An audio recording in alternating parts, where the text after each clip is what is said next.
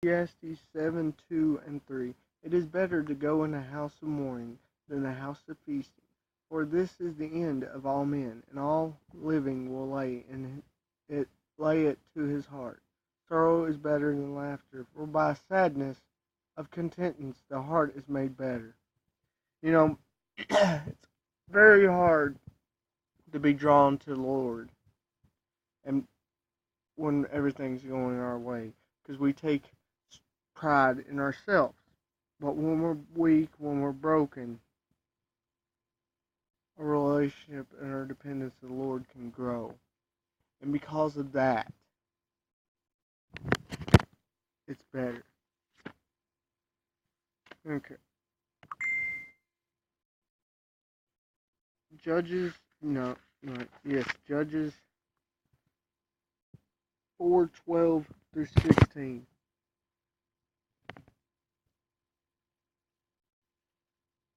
4:12 through 16. Okay.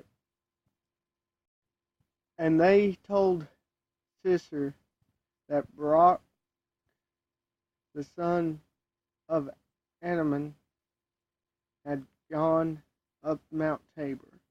Now this mountain is still called Mount Tabor today. It's still in the so it's probably the exact same mountain that it was known then by that. And Sisera, so he was given fair warning. And Sisera called out all the chariots he had, 900 iron chariots, and all the men he had with him. From Hadash Hagathim to Kishan Aram. So he calls all of them. Either he sees it as a threat, or he recognizes that, okay, we can get rid of these pests for good. Either way, he calls all his men, and the Lord's going to use this for a massive defeat in his name. Verse 14. And Deborah said to Barak, Up, for this is the day the Lord has given Sisera into your hands. The Lord has gone before you. And down went Barak from Mount Tabor with 10,000 men.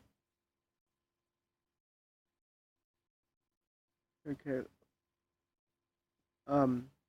Behind him. Let's see how outnumbered they are. They had 900 iron chariots. At least one man on all of them.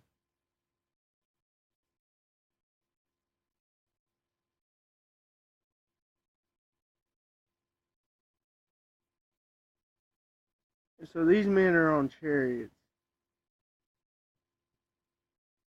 And his army isn't. But the problem with their army, he calls all his men, so it's mass, they're way outnumbered. But the Lord was on the side of Israel. So the numbers may at times seem against us. We may have people against us coming at us, and it seems no way we can win.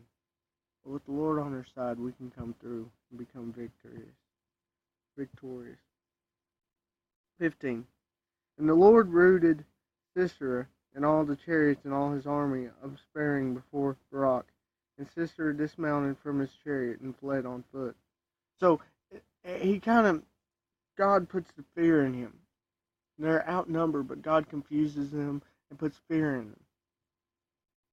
You know, they were smart to fear the Lord, but they did not submit to him. And it resulted in their destruction. You know, the Lord can put fear in our enemies. The Lord can defeat our enemies in different ways he does throughout the Old Testament. It doesn't always work the same way by defeating the enemies. So, he's got all this army, to paint a picture, all this army behind him. He's leading it from a chariot. He sees just these 10,000 men, gets off his chariot, and runs. Now you got to think, this would put his army in disarray. They'd be confused. They wouldn't exactly know what was going on except for the leader was running in the opposite direction of the battle.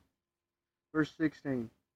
While Barak pursued the chariots and the army clear Hahashbaz, and all Syria's army fell without quarter, not one was left. So this army is massacred.